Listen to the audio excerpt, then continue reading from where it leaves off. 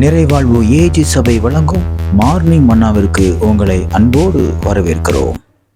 கர்த்தருடைய பரிசுத்த நாமம் மகிமைப்படுவதாக. இந்த நாளிலே உங்களை சந்திப்பதிலே மிகுந்த சந்தோஷம். எனக்கு அன்பான தேவ பிள்ளைகளே, இன்றைக்கு கர்த்தர் நம்மளோட பேசுகிற வார்த்தை யாக்கோபு எழுதின நிருபம் 3ஆம் அதிகாரம் 6வது வார்த்தையை நான் உங்களுக்காக வாசிக்கிறேன். நாவும் நெருப்பு தான், ஆயில் சக்கரத்தை கொளுத்து விடுகிறதாயும் நரக அக்கினியினால் கொளுத்தப்படுகிறதாயும் இருக்கிறது. இன்னைக்கு நாவை பற்றி நான் உங்களுக்கு சொல்ல விரும்புகிறேன். இந்த நாவு நமக்கு கர்த்தர் கொடுத்திருக்கிறார் பாருங்க, அதற்காக கர்த்தருக்கு நன்றி செலுத்துகிறேன். ஆனா அந்த நாவுனால நம்ம என்னெல்லாம் செய்யறோம்? இன்னைக்கு தேவன் அநேக ஆசீர்வாதங்களை நமக்கு கொடுத்திருந்தும் அவைகளை பெற்றுக்கொள்ளாமல் நாம் இன்றைக்கு மிகவும் பின்தங்கிய நிலையில் இருப்பதற்கு காரணம் நம்ம நாவு தான். நாவு நெருப்பு. இந்த நாவுனால நீங்க என்ன அறிக்கை இடுறீங்களோ அதை கர்த்தர் அப்படியே நிறைவேற்றுகிறார். இந்த வசனத்தில் சொல்லப்பட்டது, நாவு நம்முடைய ஆயில் சக்கரத்தை எல்லாம் கொளுத்தி விடுகிறதாம்.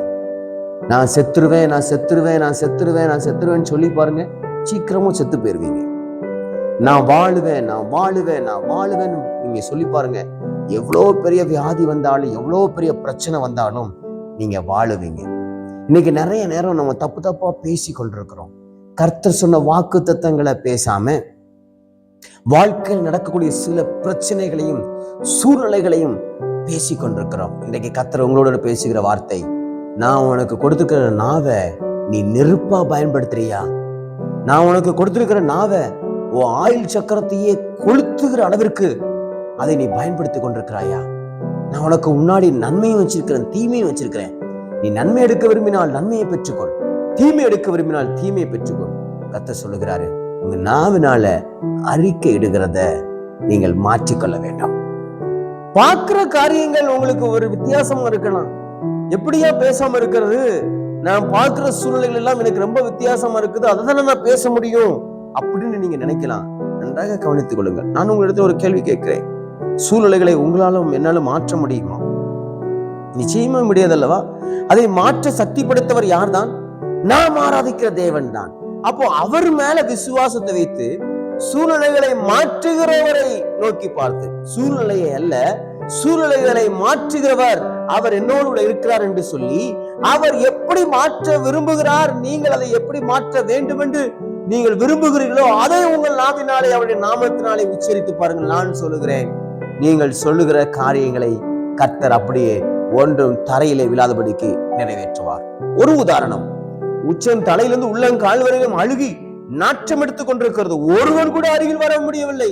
யோபுடைய வாழ்க்கையிலே அவனை பார்த்து கொண்டு அவனுடைய சகோதரர் எல்லாம் அப்படியே 10 நாள் உட்கார்ந்த இடத்தை விட்டு எழும்பல, ஒண்ணுமே பேசல.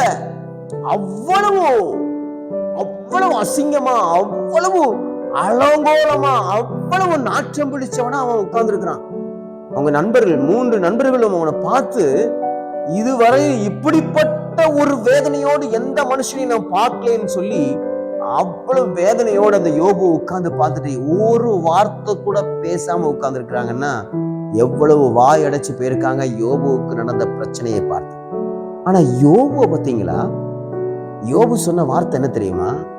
இந்த சரீரம் முழுவதும் அழுகி போனாலும் அந்நிய கண்களால் அல்ல, என்னுடைய சொந்த கண்களாலேயே நான் அவரை பார்ப்பேன். நான் அவரை பார்ப்பேன்.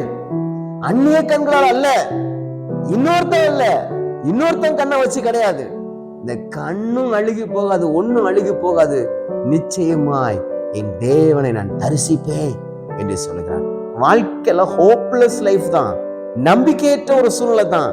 ஆனா நாவினால கர்த்தருக்கு மேல விசுவாசம் வைத்து, என் ஆண்டவர் இப்பேற்பட்ட ஒரு சூழ்நிலையிலிருந்தும் என்னை தூக்கி எடுக்க அவர் வல்லமை உடையவராய் இருக்கிறார் என்று சொல்லித்தான் வாயை திறந்து அறிக்கையிட்டு சொல்லுகிறார். நடந்தது என்ன தெரியுமா? கர்த்தர் இழந்தது எல்லாவற்றையும் இரட்டத்தனையாய் கொடுத்தார். நமக்கு ஆரம்பமும் தெரிகிறது, முடிவும் தெரிகிறது. ஆனால் நம்முடைய வாழ்க்கையில ஆரம்பம் தான் இருக்குது, முடிவு எப்படி இருக்குமோன்னு ஒரு பெரிய சந்தேகத்தோடு கூட இருக்கீங்களா?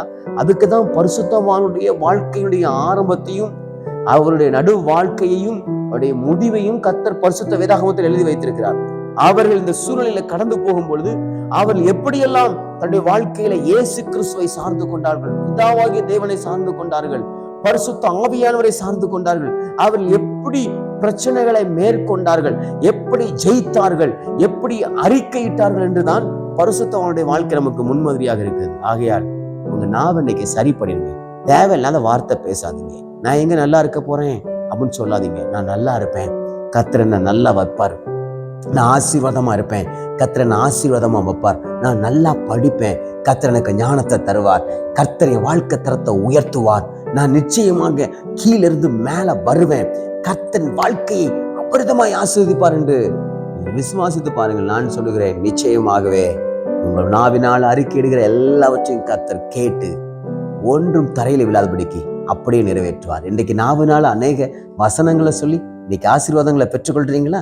அன்னைக்கு நீங்க என்ன நாவினால வசனங்களை சொல்லி அறிக்கையிடுறீங்களோ விசுவாசத்தோடு அதை கர்த்தர் நிச்சயமா உங்களுக்கு நிறைவேற்றுவார். இந்த நாள் பெற்றுக்கொள்கிற நாளாக தேவன் மாற்றி கொடுப்பாராக. God bless you.